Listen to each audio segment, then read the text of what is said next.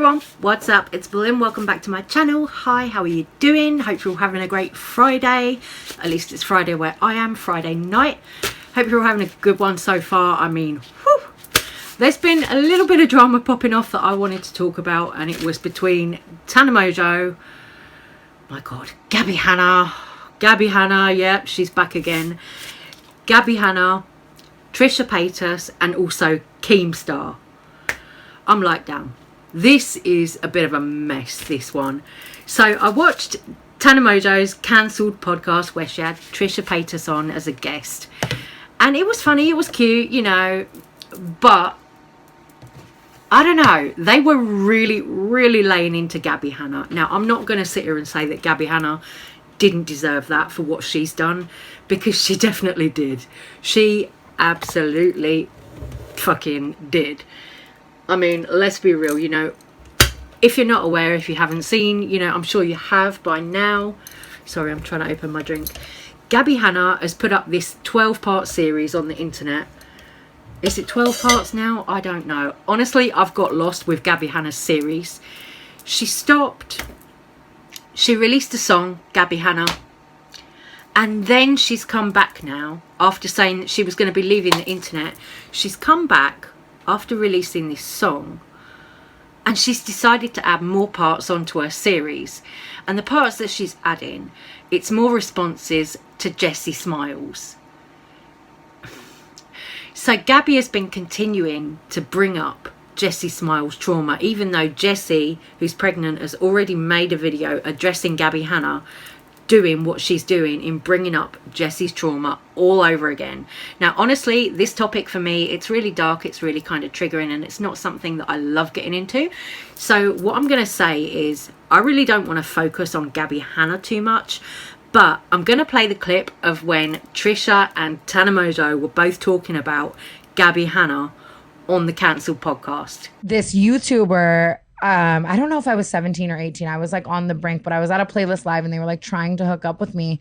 And it's something I never even like thought of again. You know what I mean? It was just like, and obviously it was like an older guy and whatever, but I mean, we're friends now. And like, obviously I'm not saying I should, it's right. It's not right. It's entire, but I don't know if I was 17 or 18. And I don't know if anything so bad ever happened to where it's like condemning them. It was more just like a flirty weird encounter or whatever. And a couple weeks ago, I got a call from that, should I say it? Are they doing an article? That Gabbie, Hanna was trying to sell to them that this YouTuber like hooked up with me when I was like underage and that it was fucked up. And I was like, what if this was my trauma? Is this fucked up to say? Or like, what if this, it was so insane to me. I don't, because after all the Escape the Night shit, I wasn't like super in it. Like obviously it was an experience, and you know I could have a lot of shit to say. Yeah, that's gross. I know. I liked a Joey Graceffa tweet about what, you know, like, you know, just impertinence to like his video or whatever. Yeah. And then I get this call.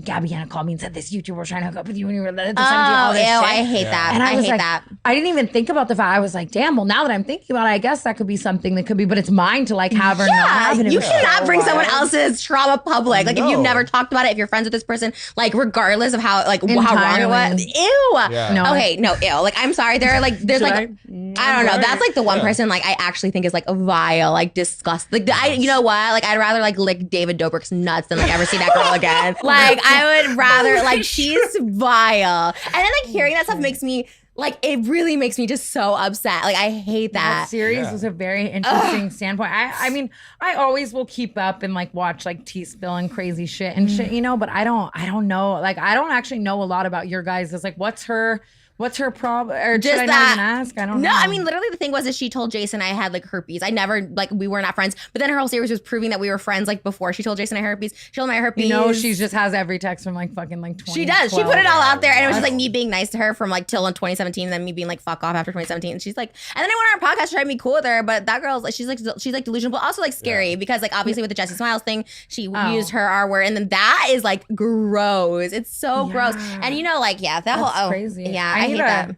I need to update super. Obviously, Joey and Daniel and I were on Escape. That's really my only like connection to the situation, because we're just very different people, Gabbie and I. Like, we had very similar online presences, but it's funny because not even close. Like, not even like story time, like, you know what I mean, like, just like, I think she wanted to maybe be you, but not not even. You are not. No, but I mean, yeah, that was the first thing and that's what's so funny. She thinks I talk shit about her, everyone, but like, you were like, it was the first thing we talked about was like, you just came up to me like, I hate Gabbie Hanna too, and I was just like, oh, okay, you know what I mean? This like, was right after I think the first Escape the Night, and shit was just crazy. I mean, like, obviously you see both sides. It was just clearly like just not a hostile environment. And it was I remember on my first Escape the Night, I was definitely a piece of shit. I was late to everything. This was major, depressive, young ass, stupid. But you're 18. Like, whatever. Like, I mean, yeah. I mean, I don't want to make excuses because I could have been better. Yeah. It was my first big production. But I mean, 18 on a reality show was like stressful. Were you probably younger?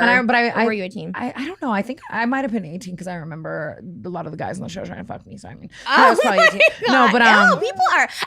I guess a little more age appropriate if you're 18 and they're like in their 20s. But. No, but I remember actually literally crying to Joey. Like, I'm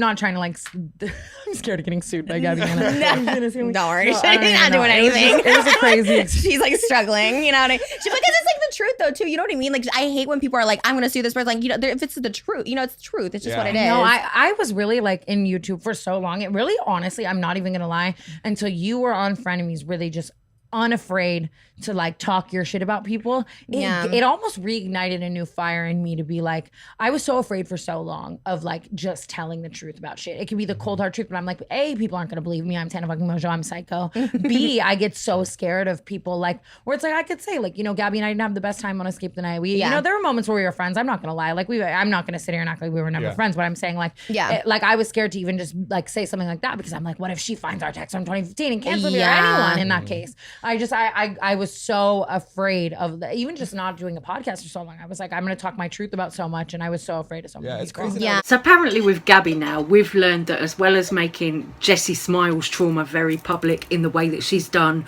with her series, she's also allegedly, according to Tana Mojo, tried to make Tana Mojo's trauma public. Or what could have been Tana Mojo's trauma public as well. I'm like, Gabbie, man, when do you stop? You know, Gabbie Hanna, what the fuck is going on in your head? You never should make somebody else's trauma public without them knowing. Ever. You know, that is fucking low. That's scummy. That's just something that you don't do. So why is Gabbie Hanna, a 30-year-old woman, out here trying to do that to 2 other adult women? I don't get it. Gabbie Hanna, I think she really desperately at this point needs to get off the internet, go away, do some fucking soul searching or something, far away from everybody else on the internet, and just leave it the fuck alone. You know, I think everybody is very, very pissed off, fed up, annoyed with Gabbie Hanna right now. You know, everything that she's done. Of course, I'm not going to sit here and go through all what Gabbie Hanna's done. I've talked about her in a few videos before, and honestly, for me now, watching what is happening with Gabbie Hanna, I'm just getting so fed up of it. Honestly, I'm like, it just gets worse. You know, it really does. It just gets worse and worse and worse. The more you watch of Gabbie, it's like the more horrific she becomes. And I'm like, damn. Like, I never thought people like this existed, you know. Before I started making drama videos and stuff on YouTube, I never realised quite how problematic some of these YouTubers were. But Gabbie, I think, takes the cake. Gabbie takes the fucking biscuit for the most problematic arsehole influencer I think I've ever heard of, honestly. Like, what the fuck? Anyway, we're going to move on. Trisha Paytas. Now, Trisha Paytas, honestly, I saw this video from Trisha and I was like, oh my God, girl, really? Like, you know, okay, Trish calling out Anna Campbell. That, fine. Yep, that's great. Because in the case of Anna Campbell, there is all this horrible stuff out there on the internet about Anna Campbell grooming minors, being inappropriate with minors, having inappropriate conversations in DMs with minors. There's clips of Anna Campbell being violent to her exes and things like this. So there's enough proof that Anna Campbell is a vile human being. You know, I'm not going to sit here and touch on the Anna Campbell situation too much. I've already made one video on it, but I'm not going to be taking that any further. Honestly, it's so dark that I'm just like, no, I've really got to look after my mental health. And when you start making these videos on Anna Campbell and stuff like this, it really does mentally take a toll on you. So I'm like, no, that's not for me. But Trisha made this video calling out Anna Campbell. Fine, okay, call out Anna Campbell. But they were also calling out Keemstar. Now, they were calling out Keemstar for dating a 20-year-old woman. Is this not the pot calling the kettle black? Like, when you look at Trisha Paytas's history, their history, look at it, and it's like, wait a minute, Trish, you've been so inappropriate with minors. Like, if you look at the clip of Shane Dawson, Trisha and Trevi, where they're pulling Trevi's underwear and all this kind of stuff, you know, there is so much evidence on the internet of Trisha Paytas being inappropriate with minors, thirsting after minors. So for Trisha to call out Keem for dating a 20-year-old woman, I'm like, nah, you're off your head. You are off your head. You know, Trish is really no saint.